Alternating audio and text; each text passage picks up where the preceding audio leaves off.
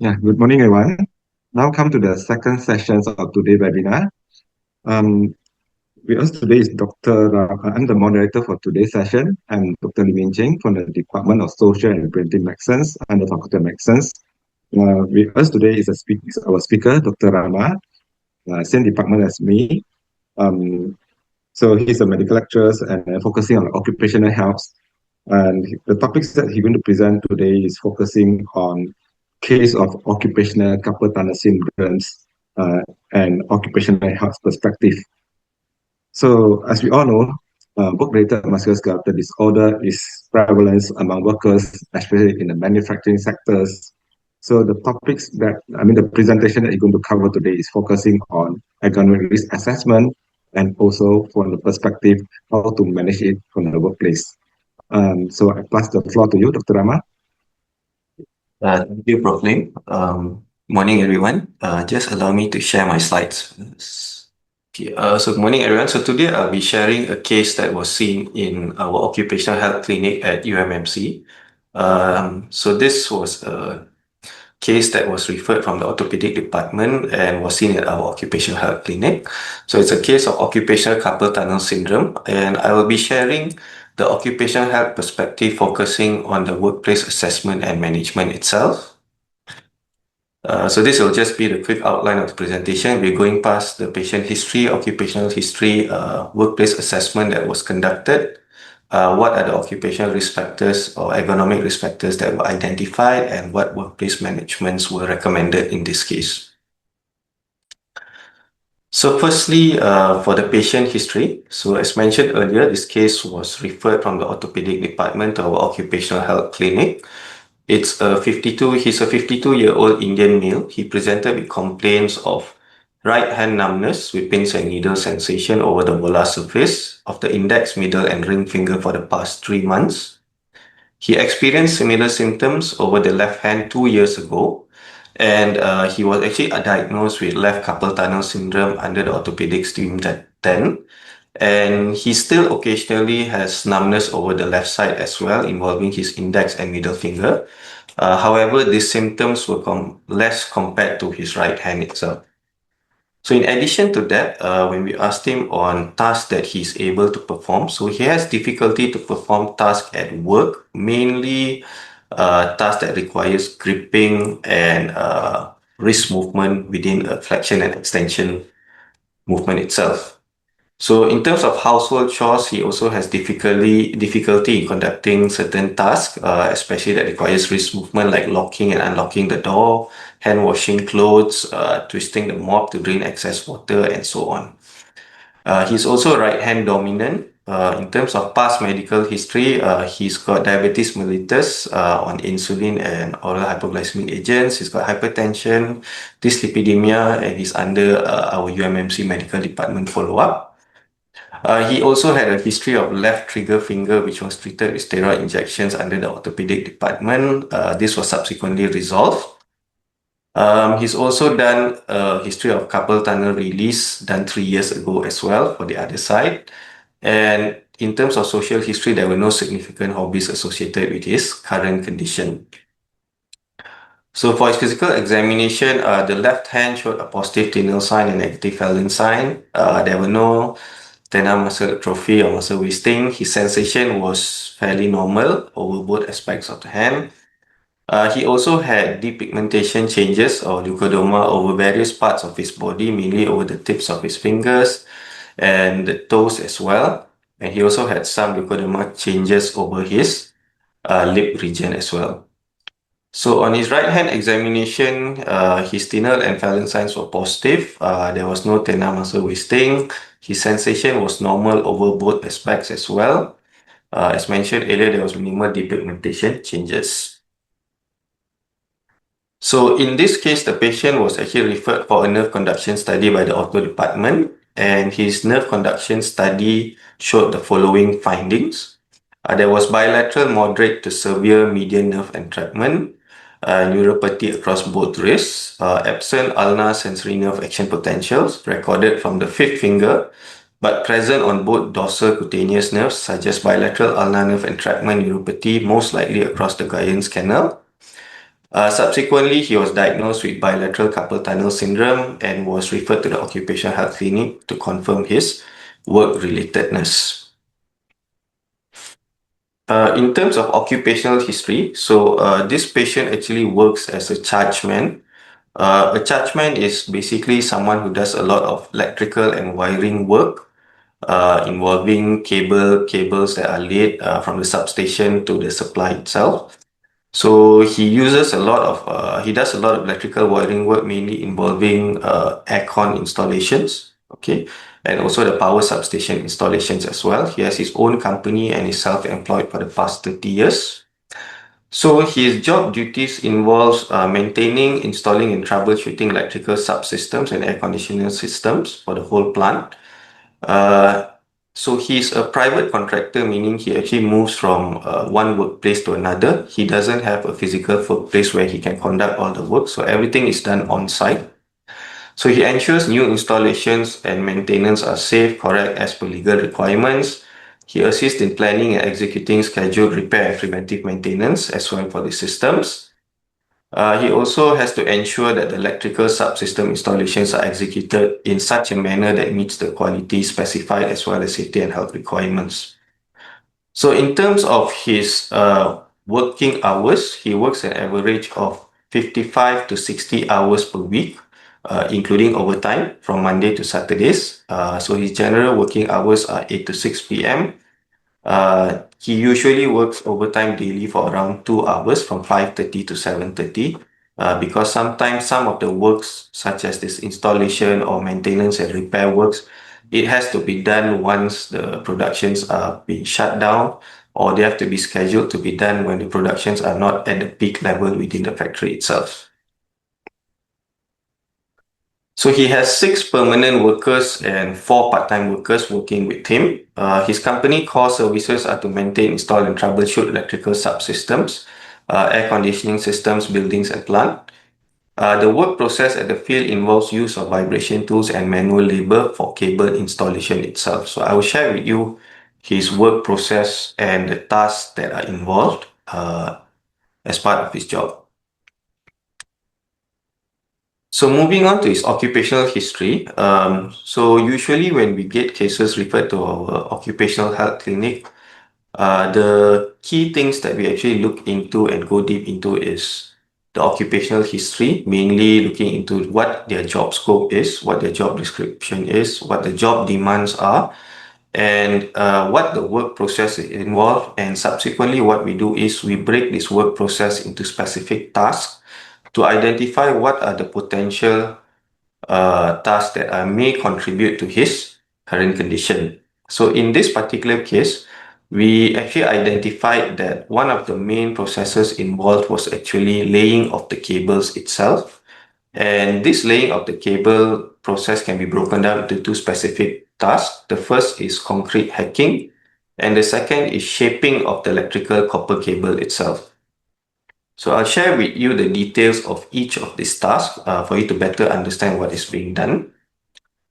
So the first task, which is concrete hacking, so basically before the cables are laid, the cables have to be laid under the concrete. So you have to actually hack and make a sort of a drainage, like a drain, where you can actually lay these cables inside itself.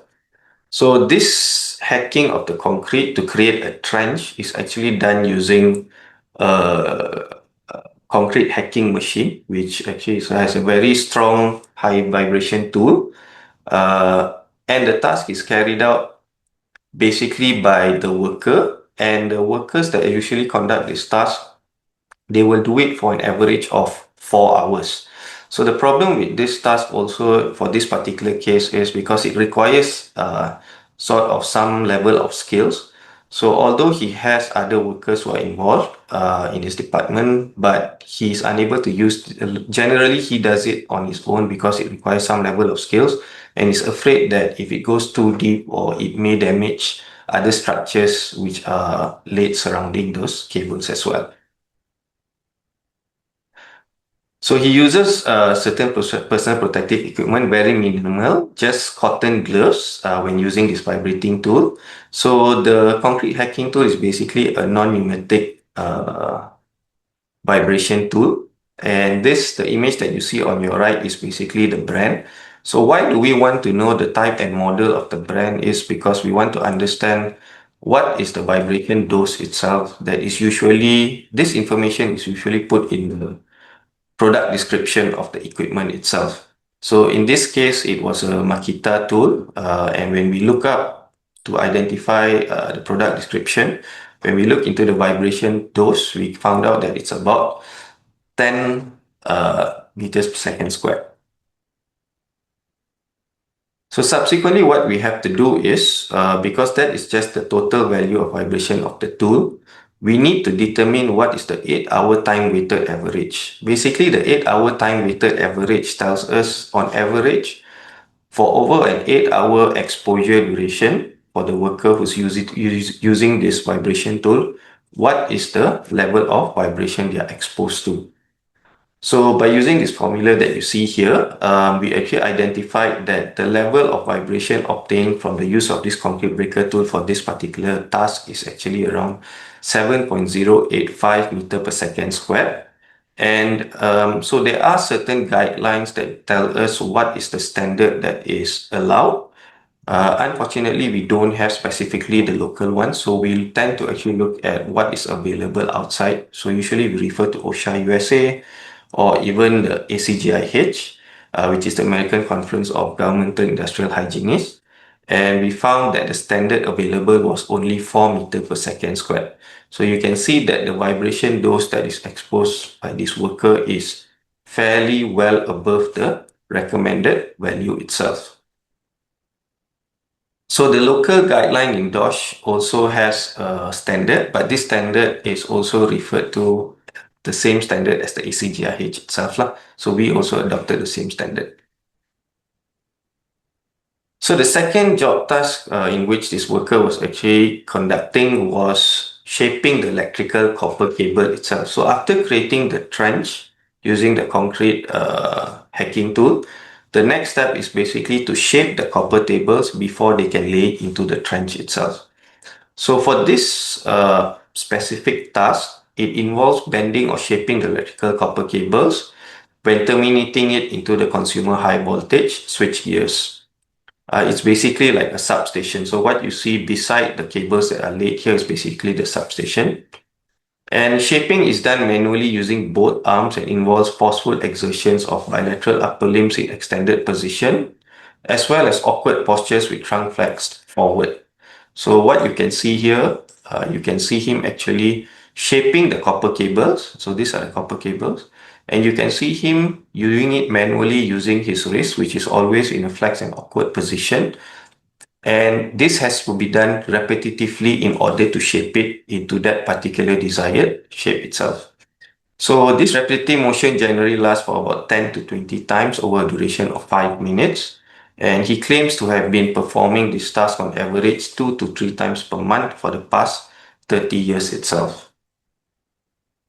So this is to give you a better perspective on how thick the cable is itself. So these are basically copper cables which are in diameters of around 4.5 centimeters or 45 millimeters. So you can see it's fairly very thick, and they usually come within the drums itself.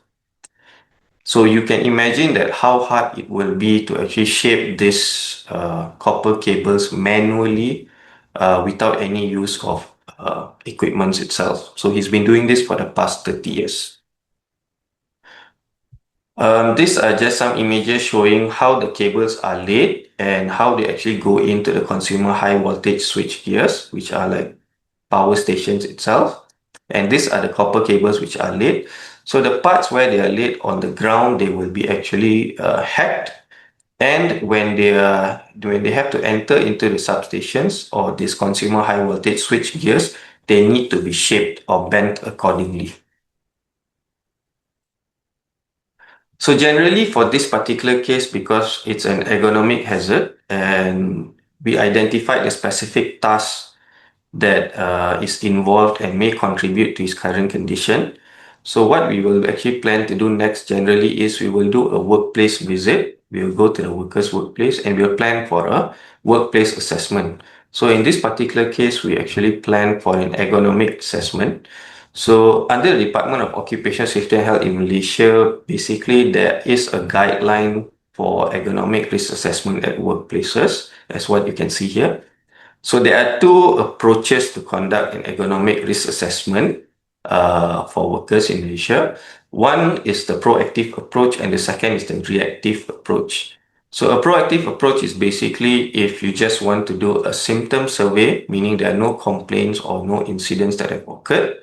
You just want to know and identify what if there is any issue that is happening within the workplace itself. So that is considered a proactive approach or preventive approach.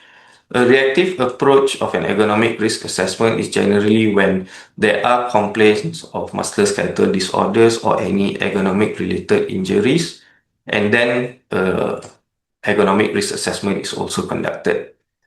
So if according to this guideline, there are basically two levels of ergonomic risk assessment. You have an initial and an advanced ergonomic risk assessment.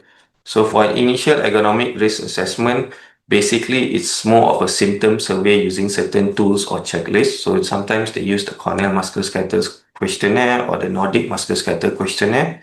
It's just to give you an overall picture of any types of symptom survey complaints that are experienced by the workers itself. But for an advanced ergonomic risk assessment, we tend to look at the specific job task and then identify specific ergonomic risk assessment tools which are used, which are deemed most suitable to actually conduct the ergonomic risk assessment for that specific task itself. So in this particular case, based on the task that we have seen earlier, we did an advanced ergonomic risk assessment using a rapid antibody assessment tool or REBA tool.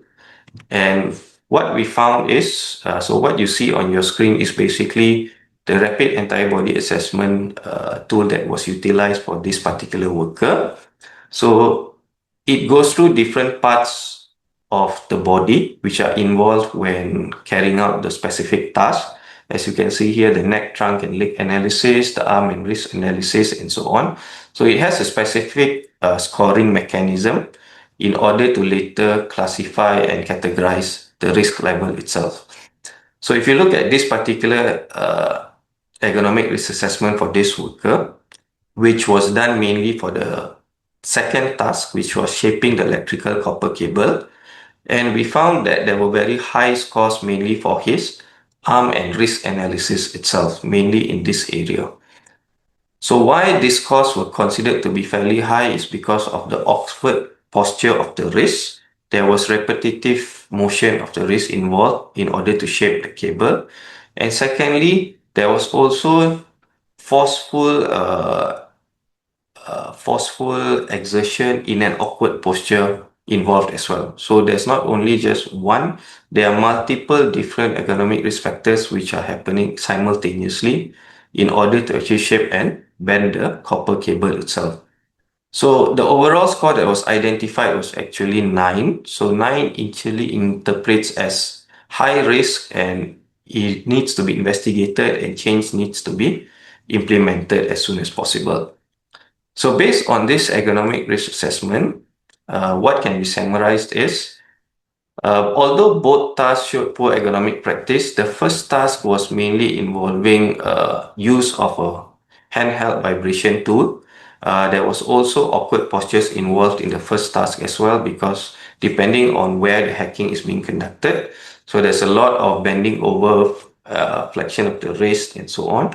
But the second task, which was shaping the electrical copper cable, showed more ergonomic issues that may contribute to actually his current condition. So mainly repetitive forceful movements and exertions, prolonged gripping with awkward postures over the hand and wrist region. So his average repetition for each movement cycle was around 5 to 15 seconds. So generally for any task which is considered repetitive in less than 30 seconds, it's considered to be a repetitive task itself.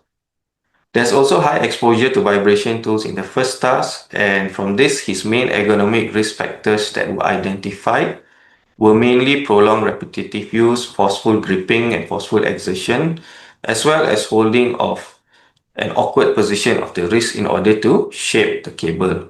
So this can actually give rise to repetitive strain injuries and eventually cumulative trauma disorders itself. And as mentioned earlier from the ergonomic risk assessment that was conducted, his REBA score was 9, so indicating the level of risk to be fairly high itself, in which it warrants some sort of workplace intervention to actually be done for this particular worker. So these were the ergonomic risk factors that were identified. I won't be going through this again, as I mentioned earlier. This is just basically to show you a summary of what are the ergonomic risk factors that were identified. So the next thing is when we come to determining whether it is work-related or not. So particularly for carpal tunnel syndrome itself, the NIOSH USA basically has a case definition that has been validated for us to refer to determine whether is it an occupational carpal tunnel syndrome or not. So in order for it to be categorized as an occupational carpal tunnel syndrome, basically there are 3 criteria that need to be met. The first is basically there must be symptoms suggestive of carpal tunnel syndrome. And this can include either paresthesia, hypoesthesia, any of the symptoms that can result as a result of the median nerve neuropathy. Second is there must be objective findings consistent with carpal tunnel syndrome, either from physical examination, which was seen in this patient as well, or the second, if a nerve conduction study was also conducted. In this case, it was also done. And there must also be evidence of work-relatedness. So this is the part where we have to go down and actually conduct a workplace assessment and an ergonomic risk assessment to determine if there are any ergonomic hazards that were identified that can contribute to this. So if all of these 3 criteria are met, then the case can be classified as work-related or occupational carpal tunnel syndrome. So in this case, as what was shared earlier, you can see that all of these 3 criteria were met. Hence, we came to the diagnosis of bilateral occupational carpal tunnel syndrome. So the most important part in this case is the workplace management itself. So based on the findings that we found from the workplace assessment, so one of the key things was the vibration dose that he's exposed to due to the use of the concrete hacking machine, which had a very high vibration dose, which was 7, and the recommended was 4. So we actually recommended for him to actually use a automated tool, and this automated tool is mobile and can be plugged in because the nature of his job requires from moving from one side to another side. So it can automate the cable bending process itself using a hydraulic bending machine.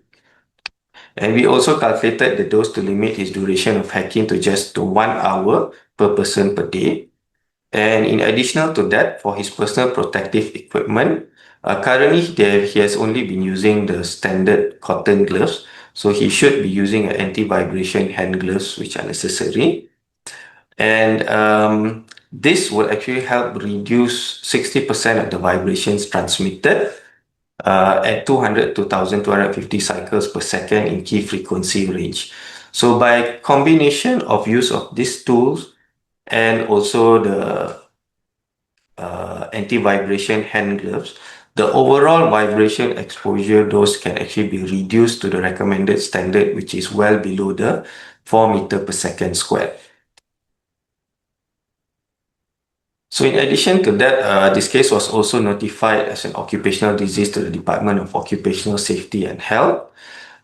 This worker was also then recommended for SOCSO compensation as well, because carpal tunnel syndrome is one of the occupational diseases listed under the Employee Social Security Act 1969.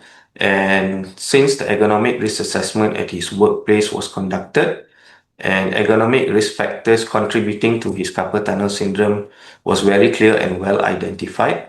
So there was a very clear work-relatedness and causality that was established with his current condition of carpal tunnel syndrome itself. So in terms of patient management, so he was planned for right carpal tunnel release by the ortho team.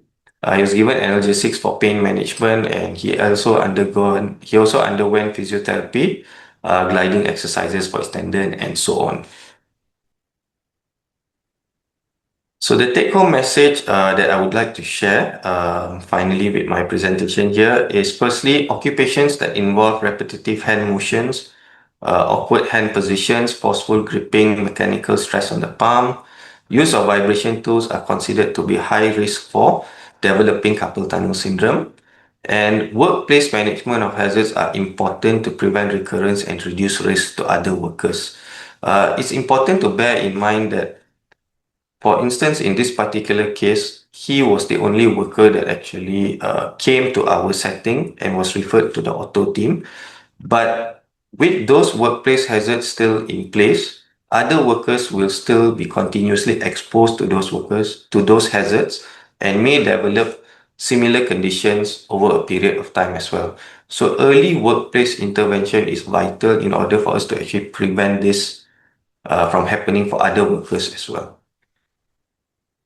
So finally, I'd like to say thank you, and I pass over to Prof. Lim. Thank you, Dr. Rama, for the interesting case presentation and the detailed work process and work task that been described. So I think the main thing is that you can see the main what the differences between OSH and non-OA cases, that we need to focus on the occupational history and the workplace visits, whereby we can conduct the workplace assessment and workplace control. Um, yeah, thank you once again. So may I invite questions, whether there's any question from the floor? If because there's no question in the chat box, but I just one question to ask Dr. Rama. Maybe you can tell us more about what are common occupational that the workers may be at risk for developing carpal tunnel syndrome. So this will be the first question.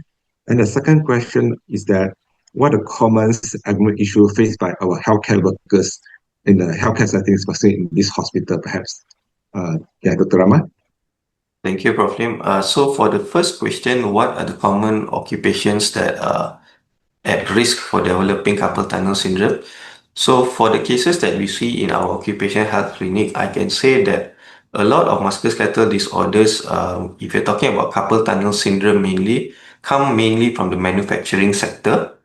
And why manufacturing sector is because usually in manufacturing sectors, they have a production line. And in the production line, there's a lot of repetitive work that is involved.